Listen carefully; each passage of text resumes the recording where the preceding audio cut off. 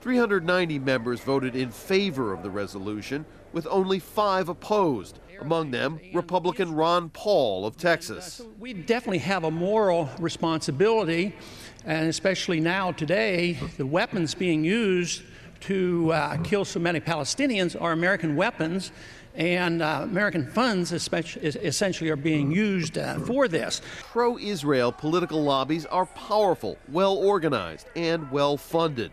Most U.S. politicians know unqualified support for Israel is a sure ticket to lavish praise, ample campaign contributions, and re-election, while anything less may lead to funds drying up, accusations of anti-Semitism or being soft on terrorism, and ultimately political self-destruction. The overwhelming vote on the House resolution stands as evidence that if Barack Obama sometime in the future wants to employ a somewhat more nuanced policy towards the Middle East, he would face bitter opposition in the U.S. Congress, including from members of his own Democratic Party. Rob Reynolds, Al Jazeera, Washington. So perhaps not there on Capitol Hill, but opposition to the Gaza offensive is gathering steam right around the world. In Lebanon, thousands demonstrated in the southern city of Nabatea in support of Palestinians in Gaza. The protesters carried flags also of the Hezbollah movement. Hundreds of Palestinian children marched through the West Bank city of Ramallah, adding their voices to the global protest. The mass show of support for Gazans has been taking place in the West Bank ever since this onslaught began. And in Australia, how many kids have you killed today? Several hundred people rallying there outside the Israeli embassy in the capital, Canberra. Many travelled nearly 300 kilometres from Sydney to attend. They threw shoes at the embassy while chanting, "Free Palestine." Well, protests also gathering pace in Europe. Let's get more on that with Barbara Serra, who's in our European News Centre in London. Barbara. Kamal, thank you very much. Well, tens of thousands of people have been rallying in major cities across the continent, calling for an end to the Israeli assault.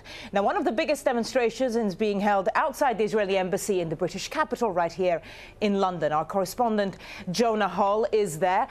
Jonah, there was a demonstration there last week as well. You were there. How does this demonstration compare to last week's?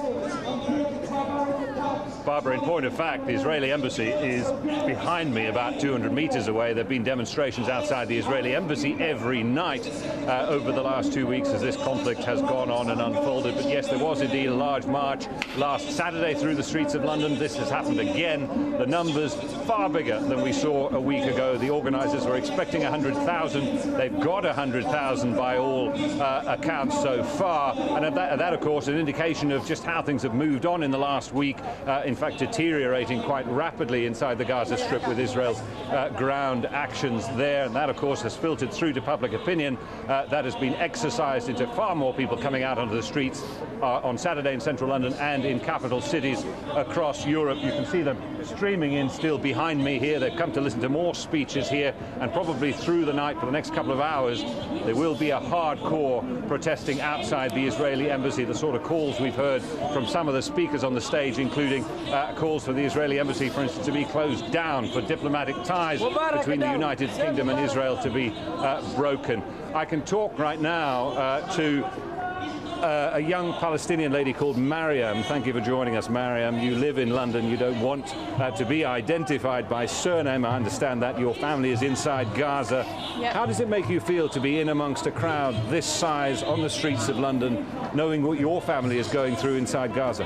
Well, obviously it's very personal to me, but it's not only personal to me, it's personal to many people. There are many people here and their families are trapped in Gaza. I haven't been able to get through to my family for 5 days now. We don't know what's happened to them. I don't know, are they alive, are they not alive? And to see that crowd of 100,000 people, probably more, have come out today to show their support to the Palestinian people, despite the fact that all the leaders are not supporting the Palestinian cause and are supporting Israel. So no matter how many, we will outnumber the leaders, no matter how many leaders there are, and we will do whatever we can. We will boycott Israeli goods, we will demand, we will protest and protest and protest and march as much as we can so as to free the Palestinian people. Mariam, I understand understand that the crux of the message that's being put across here is to the leaders, is to Gordon Brown, for instance, the British Prime Minister. But look, you know, the leaders are working within a forum called the Security Council. They have a resolution for a ceasefire, which apparently is not being exactly. What is it that you expect them to do beyond that?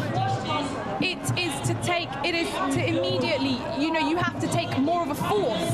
It is to implement things. It is not to merely speak about them. Yes, we can say we demand a ceasefire, but I am going to come into the land and implement a ceasefire and to make sure that they do start. What is the point of me saying, okay, yes, we do know that there are illegalities and that certain things do have to happen, but if I sit there and try to make an agreement with somebody who is rejecting it and rejecting everybody that, and rejecting the people who in themselves allowed you to establish the land, you know, you're rejecting to talk to everybody, then how do you expect us to respond? So in the very same way that they're rejecting to do so, they have to reject listening to them and to take more force. Indeed. Well, we need to hope, I guess, that the numbers of people that come out onto the streets help you to put that message across. Of course, you'll understand the difficulties that governments have in undermining the legality and of the Israeli occupation itself.